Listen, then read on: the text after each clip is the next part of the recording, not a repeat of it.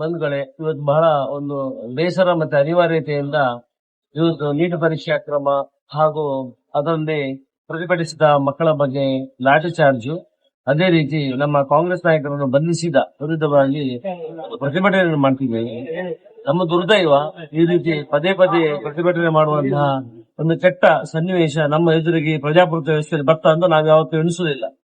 ಯಾಕಂದ್ರೆ ಈ ಒಂದು ಘಟನೆಯಲ್ಲಿ ಮಡಿದಂತ 21 ಮಕ್ಕಳಿಗೆ ಇವರ ತಂದೆ ತಾಯಿಗೆ ನ್ಯಾಯ ಕೊಡುವವರು ಯಾರು?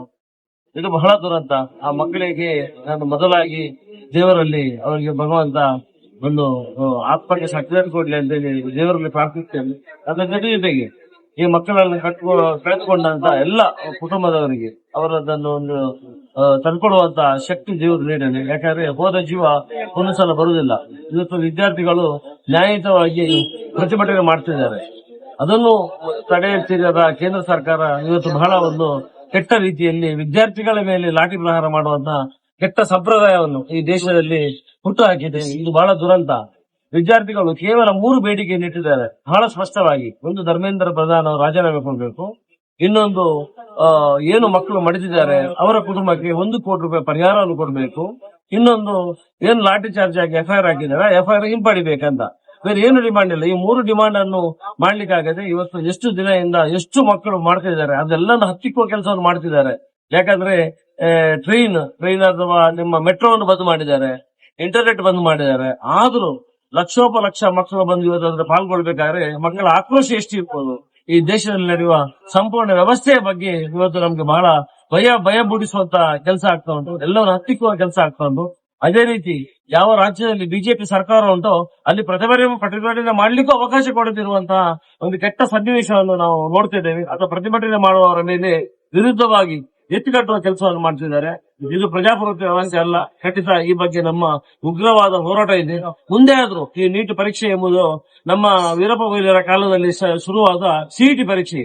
ಆಗ ನಮ್ಮ ರಾಜ್ಯದಲ್ಲಿ 5-6 ವರ್ಷ ಸಿಇಟಿ ಮೂಲಕ ಎಷ್ಟೋ ಮಕ್ಕಳು ಇವತ್ತು ಮೆಡಿಕಲ್ ಸೀಟ್ ಪಡ್ಕೊಂಡು ಮೆಡಿಕಲ್ ಓದಿಯನ್ನು ನಾವು ನೋಡ್ತಿದ್ದೇವೆ.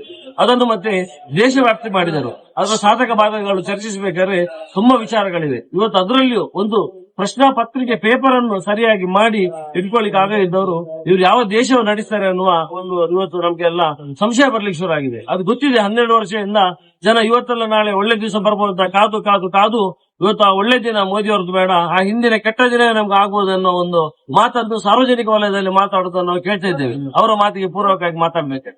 ಏನೇ ಇರಲಿ ಬಂಧುಗಳೇ, ಬಹಳ ಕೆಟ್ಟ ಸಂಪ್ರದಾಯ. ಈ ರೀತಿ ಯಾವತ್ತೂ ಮಾಡಬಾರದು. ಪ್ರಜಾಪ್ರಭುತ್ವ ವ್ಯವಸ್ಥೆಯಲ್ಲಿ ಎಲ್ರಿಗೂ ಮಾತನಾಡುವ ಹಕ್ಕಿದೆ. ಅವರವರ ಹಕ್ಕನ್ನು ಪ್ರತಿಪಾದಿಸುವ ಹಕ್ಕು ಇದೆ. ಅದನ್ನು ಹತ್ತಿಕ್ಕುವುದು ಪ್ರಜಾಪ್ರಭುತ್ವ ವ್ಯವಸ್ಥೆ ಅಲ್ಲ. ಇದನ್ನು ಬಿಟ್ಟು ಕೇಂದ್ರ ಸರ್ಕಾರ ದೇವರು ಕೊಟ್ಟ ಅವಕಾಶವನ್ನು ಒಳ್ಳೆ ರೀತಿಯಲ್ಲಿ ಉಪಯೋಗಿಸಿಕೊಂಡು ಆಡಳಿತ ಮಾಡಿ ಜನರಿಗೆ ಸ್ಪಂದಿಸುವ ಕೆಲಸವನ್ನು ಮಾಡಬೇಕು. ಈ ರೀತಿ ಬೆಲೆ ಏರಿಕೆ ಇರ್ಬೋದು ಅಥವಾ ಜನರನ್ನು ದಮನಿಸುವುದಿರ್ಬೋದು. ಇವತ್ತು ಭಯಭೀತವಾದ ವಾತಾವರಣ, ಭಯದಲ್ಲಿ ಬದುಕುವಂತ ವಾತಾವರಣ ಈ ದೇಶದಲ್ಲಿ ಸೃಷ್ಟಿಯಾಗಿದೆ. ನಾವು ಸಹ ನೋಡ್ತಾ ಇದ್ದೇವೆ. ಹಲವಾರು ವರ್ಷದಿಂದ ಹಿಂದಿನ ಕಾಂಗ್ರೆಸ್ ಸರ್ಕಾರ ಇರುವಾಗ ಎಷ್ಟೊಂದು ಜನ ಖುಷಿಯಲ್ಲಿದ್ರು. ಮನಮೋಹನ್ ಸಿಂಗ್ ಅವರು ಪ್ರಧಾನ ಆಗಿರುವಾಗ ಪ್ರಧಾನಮಂತ್ರಿಯವರು ಮಾತನಾಡುತ್ತಿಲ್ಲ ಅಂತ ಹೇಳ್ತಿದ್ರು. ಅವರು ಮಾತನಾಡದಿದ್ರು ಜನರಿಗೆ ಬೇಕು ಕೆಲಸವನ್ನು ಮಾಡ್ತಿದ್ರು. ಈಗಿನ ಪ್ರಧಾನಿ ಕೆಲಸವನ್ನು ಮಾಡುವುದಿಲ್ಲ, ಮಾತನಾಡುವುದಿಲ್ಲ, ಎರಡೂ ಮಾಡುವುದಿಲ್ಲ. ಇದೆಂತ ದುರ್ದೈವ ನಮ್ದು. ಅದಕ್ಕಾಗಿ ನನ್ನ ವಿನಂತಿ ಇಷ್ಟೇ, ಈ ದೇಶವನ್ನು ಕಟ್ಟುವವರು ಯುವಜನತೆ. ಈ ದೇಶದಲ್ಲಿ ಇವತ್ತು 35-40% ಜಾಸ್ತಿ ಯುವಜನತೆ ಇದ್ದಾರೆ. ಅವರ ಬಾಳಿನಲ್ಲಿ ಚೆಲ್ಲಾಟ ಆಗೋದು. ಇವತ್ತು ನೀಟ್ ಪರೀಕ್ಷೆ ಮಾತ್ರ ಅಲ್ಲ, 10 ವರ್ಷ 152 ಪೇಪರ್ ಲೀಕ್ ಆಗಿದೆ. 152 ಪೇಪರ್ ಯಾವ ಚರಿತ್ರೆಯಲ್ಲಿಯೂ ಜಗತ್ತಿನ ಯಾವ ದೇಶದಲ್ಲಿಯೂ ಆಗಿರ್ಲಿಕ್ಕಿಲ್ಲ. ಅಂತ ಕೆಟ್ಟ ಸಂಪ್ರದಾಯ 10 ವರ್ಷದಿಂದ ನಮ್ಮ ದೇಶದಲ್ಲಿ ಆಗಿದೆ. ಮುಂದೆ ಆದ್ರೂ ಮಕ್ಕಳ ಭವಿಷ್ಯದಲ್ಲಿ ಆಡದೆ ಅವರ ಎಜುಕೇಶನ್ ಬಗ್ಗೆ, ಅವರಿಗೆ ಓದಿನ ಬಗ್ಗೆ ಈ ರೀತಿ ಮಾಡಿದ್ರೆ ಅವರಿಗೆ ಓದಿನ ಬಗ್ಗೆ ಆಸಕ್ತಿ ಹೋಗ್ಲಿಕ್ಕೆ ಅವಕಾಶಗಳಿವೆ.